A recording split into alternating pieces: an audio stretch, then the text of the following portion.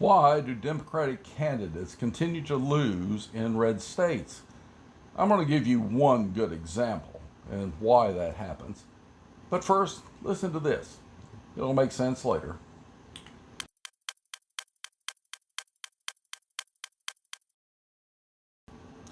All right, you're probably wondering why the hell did he digress into that 5-second video, and that's going to become clearer as we go on. I'm going to use one of what I consider one of my problem children here in the 6th District. We have 4 candidates running for the House seat here.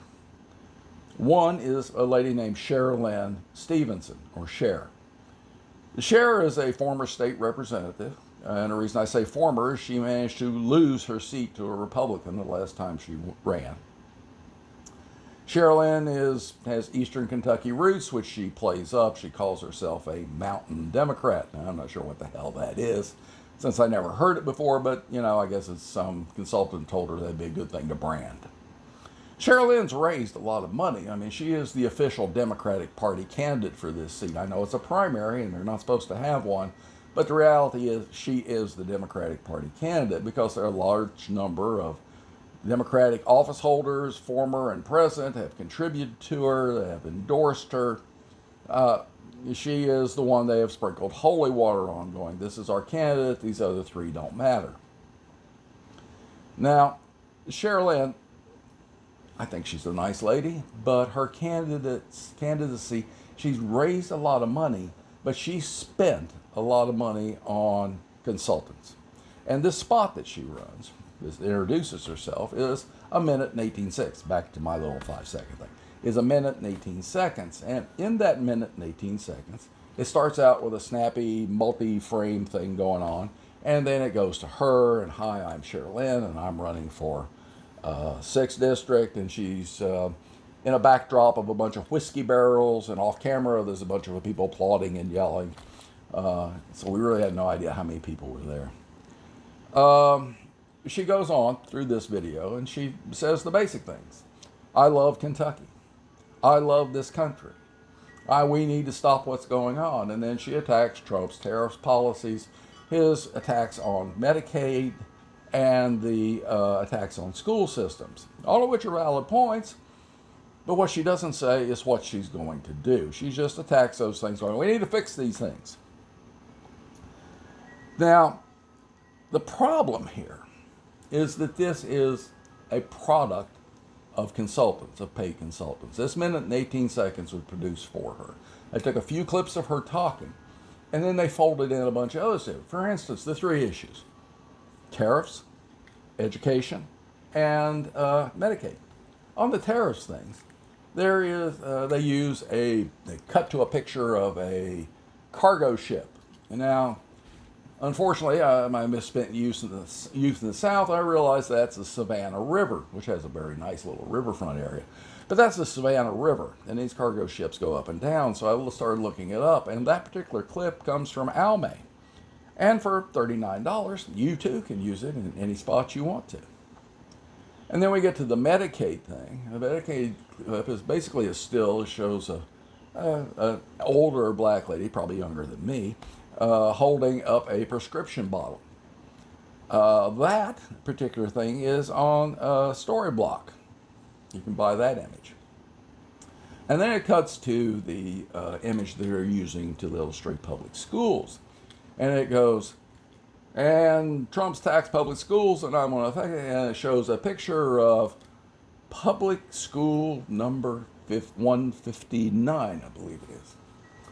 Now here's the thing. In Kentucky, every public school is named after somebody. A president, a former governor, or some historical figure.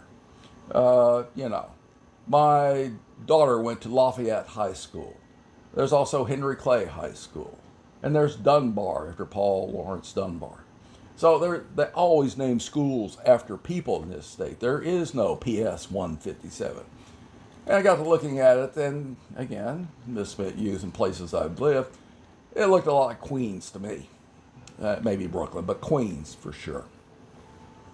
So the bottom line is some consultant took 3 general talking points, grabbed some images, and tried to create a snappy you won't pay any attention to what's going on. And this is why Democrats lose, because they are not talking about the issues that affect people. This is the reason Trump wins in places like Kentucky, because people here are pissed off at these generalities.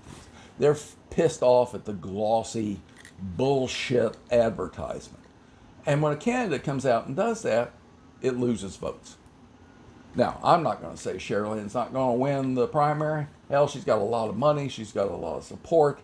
And a lot of people on the Democratic side are pretty stupid. And we have closed primaries. So, all those independent voters out there, which are the growing bloc in this state as other places, can't vote. So it's really conceivable she could win. Now, I will guarantee that if she wins the primary, she will lose the general, because she's not talking kitchen table issues. Yeah, she talked about tariffs, but she's not talking about what she's going to do. Is she going to introduce legislation to repeal tariffs? Is she going to introduce legislation to affect Medicaid prices? Is she going to introduce legislation that stops the disassembling of the Department of Education? And let's not even get into things about what is she going to do about women's rights. Is she going to introduce legislation that gives a woman a right to choose? Is she going to introduce legislation that affects campaign funding? I doubt that very seriously. She takes a lot of corporate money. But the point here is that Democrats run losing campaigns because they're not paying attention. They need to talk about the issues and not give the people a bunch of glitzy bullshit that they've seen before. Back to my little 5-second thing, that's my bit of glitzy bullshit that comes on this particular TikTok act. And then I put on Substack and YouTube too. But no, I'm not going to use that regularly. But it's my example. You can put glitzy bullshit on any kind of talking point. But the point of it is you need to pay attention to what these campaigns are saying, what these candidates are saying. And Sherilyn is, quite frankly, not saying anything. She's running on the, hi, I'm a good old mountain girl. I'm in favor of God, country, and Kentucky, and apple pie and bourbon, and you need to vote for me. She's not putting out any issues that affect people, not where they live, at their kitchen table. So, Democrats will continue, and please don't think I'm just picking on Sherilyn. She's done better than two other candidates who haven't done diddly shit. We have one good candidate who is actually talking issues. That's Aaron Petrie. But the bottom line is the candidates all over the country in red states, and Democratic candidates, continue to do this. Spend a shit ton of money, pay for a lot of consultants, and don't have a fucking clue what they're doing. And remember, guys, consultants are just guys taking your money. Some of them are good, some of them are bad. They're like doctors. There's the genius level that graduates from med school and goes into research, and then there's a guy that graduates last in his class, and we all know what we call him. We call him doctor.